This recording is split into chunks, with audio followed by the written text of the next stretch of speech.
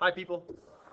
If you're in my class, you might choose to skip ahead a little bit if we've been through this. But if you're not, I'm going to give you an overview on some basics about how springs behave, how what we call ideal springs behave. All right, and in particular, a typical investigation to look at is how much force a spring applies as a function of how much it's been stretched or compressed. All right, spring force as a function of how much it's been compressed or stretched. All right, Fs is force a spring applies to something, and X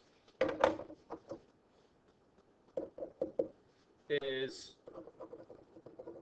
change in spring's length. All right, not how long a spring is, but maybe we call it delta x. So I'll sort of use delta x and x interchangeably here. Um, but the bottom line is, you think of a spring, you know, looks like this, and it has some what we call natural length, L naught, and then maybe somehow the spring is stretched. Well, this amount here is what we call delta x, or x. It's change in length. Okay? So not the most common thing to talk about exactly how long springs are, unless we compare it to some other length, and typically what we call their L naught is what we call natural length. All right, well, how do springs behave? They behave like this. You do a lab where you make a spring change lengths a bunch of different times. You'll see that the relationship between the force that the spring applies and how much the spring it's been, or how much the spring's length has been changed, is a direct relationship. All right, and this says that spring force is directly related to how much the spring is compressed or stretched. All right, so when we say change length, we say it can be compressed or stretched. Okay? And all ideal springs behave this way. Do all springs really behave this way? Well, no, because springs are made of a finite amount of stuff, and you know the amount of metal in a spring can only be stretched or compressed a certain amount. But when we say we don't deal with springs typically as real objects, we deal with ideally what kind of forces they can apply, and we just say that those forces depend directly on the spring's length change. Okay, now, sure, how much force do springs apply? Let's get back to here, and we say here's our graph. Well, if you think about the units on this graph, spring force measured in newtons, x measured in meters, there are a couple of primary quantities you can take from this graph, and one of them is how much force is required to change a spring's length by 1 meter. All right, and even if this maximum quantity here isn't a meter, that's okay. All right, what you can do is say, well, we're sort of looking for something in, there's some quantity measured in newtons per meter, which says how many newtons would it take per meter of length change? How much force per unit of length change? All right, well, you might be able to notice that from this graph, the slope gives you newtons per meter. Right, so if we take the slope of this graph, well, it's y stuff divided by x stuff. It says that f is equal to, sure, the slope times x. The slope is measured in newtons per meter, and the slope is what we call k. Right? F equals kx. This is called the spring constant. Sometimes called stiffness, right? So you can imagine that, there's some kind of springs that if you wanted to, if you stretched a certain kind of spring 1 meter from its normal length, the spring might only pull back with a little bit of force. Think of a little dinky spring. You stretch it out by a meter, it only pulls back with a little bit of force. Take a really beefy, stiff spring, stretch that spring a meter from its natural length, it's going to pull back like crazy. All right, so different springs have different stiffnesses, and it depends on what they're made of. It depends on, um, you know, how coily they are, how tightly coiled they are, the thickness or the material they're made of, the diameter of the coils themselves, all sorts of stuff like that. Okay? But this is a general expression for how much force springs apply. Directly related to how much their length is changed, and also proportional to how stiff the spring is. Now, here's a little definitional sort of stuff. These are not graphs. We're sort of saying, let's imagine that there's a spring anchored to the wall and attached to this block. And this is what we call, we're going to say this is equilibrium. Don't write that right there, because I'm referring to that this position here is equilibrium. All right? Now, let's imagine that the block is moved to this new position, and when it does that, it means that now the spring is compressed. All right? Spring gets compressed. Now, how did that happen? Well, likely because somebody did this, pushed on that object until it got to this new position. But we're not concerned about the force. The only force we're concerned with here is the force that the spring applies to the object. How did it get to this new position? I'm not so concerned about that. But what did happen was this object moved from there to there, and this is a vector x. Right?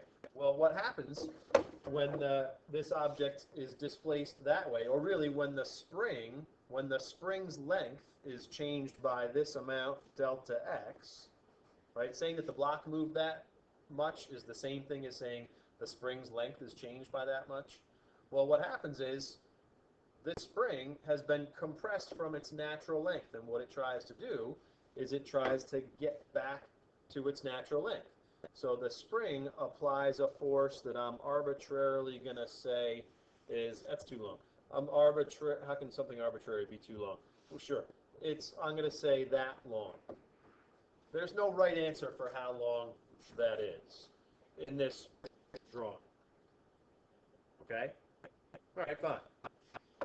Now, in a different case, I'll move that right there. In a different case, we take this object from equilibrium, and now we take the spring and stretch it out until the object gets to where you see it here, which means that the object was moved that far.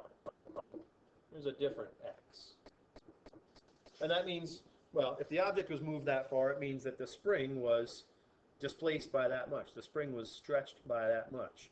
Well, and how did that happen? I don't know, maybe someone hooked a rope to the mass and yanked this way with a tension force.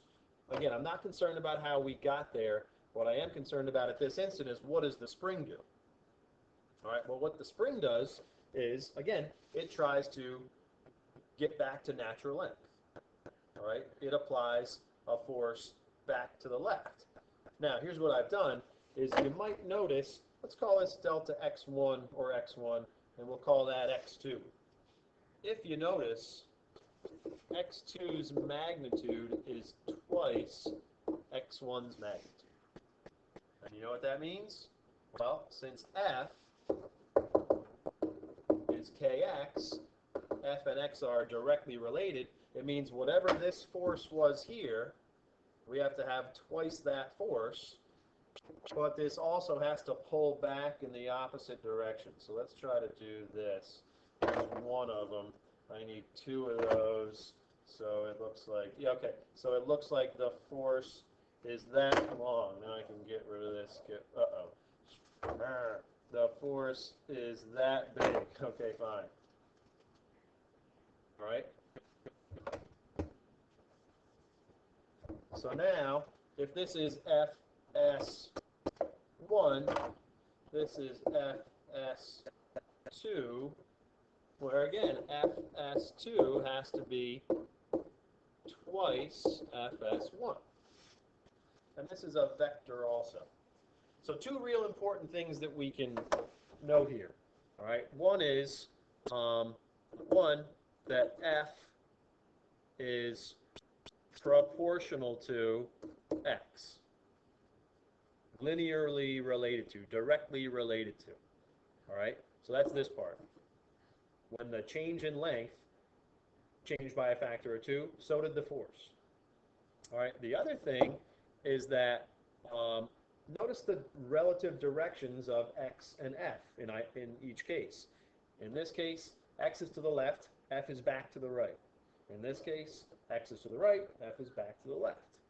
All right. So we always say here that F vectors F and X are in opposite directions. And so what that means is means a couple of things.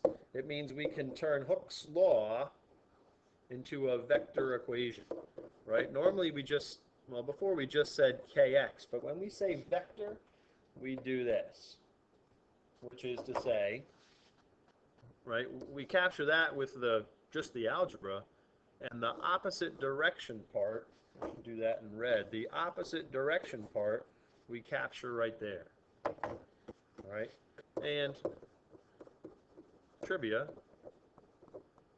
that's called Hooke's law. All right, you don't use the negative mathematically. You use it when you're denoting what direction forces must point based on what direction the spring has been displaced. All right, and then we say, this is sort of lingo, but we say that springs apply what are called linear restoring force or forces. The linear part means that F is proportional to X. There's a linear relationship.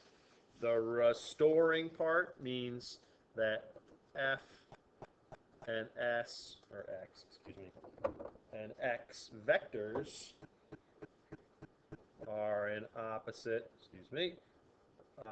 direction. Restoring. The spring tries to get itself back to equilibrium. Or the spring exerts a force that tries to put a system back into equilibrium. In this case, this is what we call a mass on a spring system, or a mass spring system. All right. There are a couple of kinds of systems, simple ones, that do generally this, that apply linear restoring forces. All right. There are several in nature, but a mass spring is one of them. Right. And they exhibit a very special kind of motion, which is a topic for a later discussion. But keep your eyes peeled for that idea of linear restoring force. The farther away a system gets from equilibrium, the harder the system tries to get back to equilibrium. Okay? Okay, onward. Now, let's say that we go back to our setup where we have a spring connected to a mass, and, well, somehow this mass is moved out to here.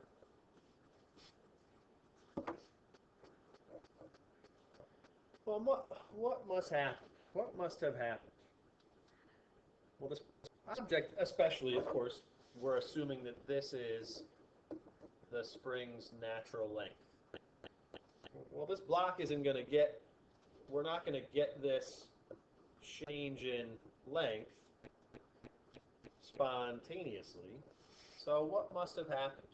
Well, what must have happened is there must have been, if I take my object here, there must have been some force perhaps applied to this object, and it moved, someone had to push, push, push, push, push, push, push to make the object go from here to there.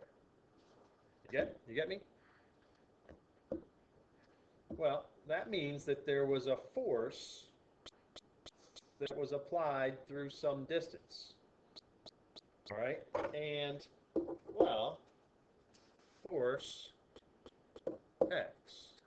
How much force was applied through the distance? Well, especially if we say, let's just say that this object was moved at a constant velocity, constant average velocity, let's say, from initial position to final position. So what we can really say is that the spring force at any instant was equal to the applied force.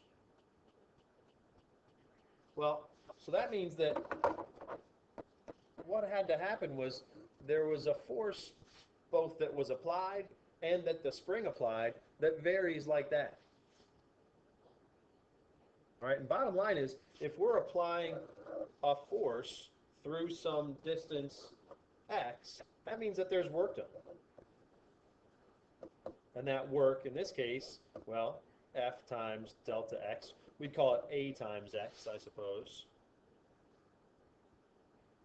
And what we always say is when we do work, well, work equals a change in energy. And guess what?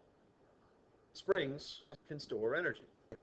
And in particular, I mean, here's the deal, right? If we take this object from here and move it at a constant velocity, or even if it's, guess what, stopped here, we move it to here and stop it.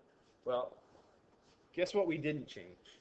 It was stopped in the beginning, it was stopped in the end.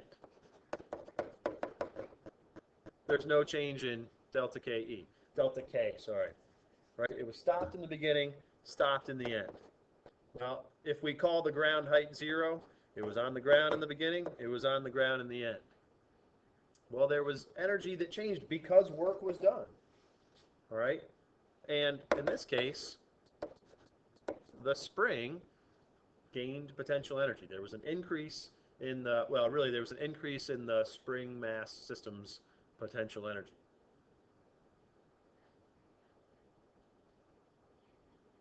I'm trying to think, is it really just the spring's potential energy? I guess it is.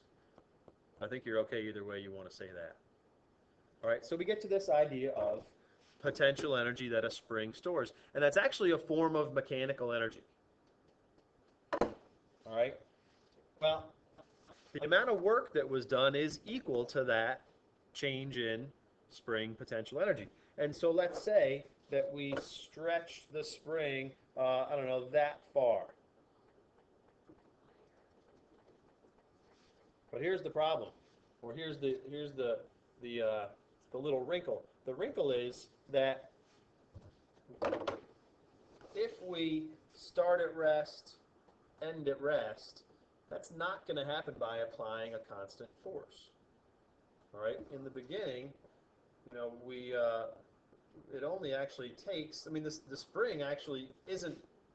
When this thing is displaced the tiniest little bit possible, the spring hardly pulls with any force at all, as indicated by, we stretch it a tiny little bit, there's a tiny little spring force. Later on the spring is stretched more, there's a little more force that the spring exerts. Later on and later on. So what we have to say is, well, how much force was applied? There's a non-constant amount of force. All right, the force varies from nothing up to, well, this force, Kx final. Here's x final. So that amount of work we can say is equal to, well, not just some force times x, it's really the average force times x. And now our x is x final. What average force was required? Well, this average force. And that average force is Kx final over 2. So that means that the work is kx final over 2 times x final. Or the work is 1/2 kx squared. Now x final, sure. I'm just going to write it as x because what we've just generated is an expression for the potential energy stored in a spring. Because again, work was done by some force, some non-conservative force, to make this system move. And the only amount of energy that changed, because it ain't this or it ain't this, it ain't this.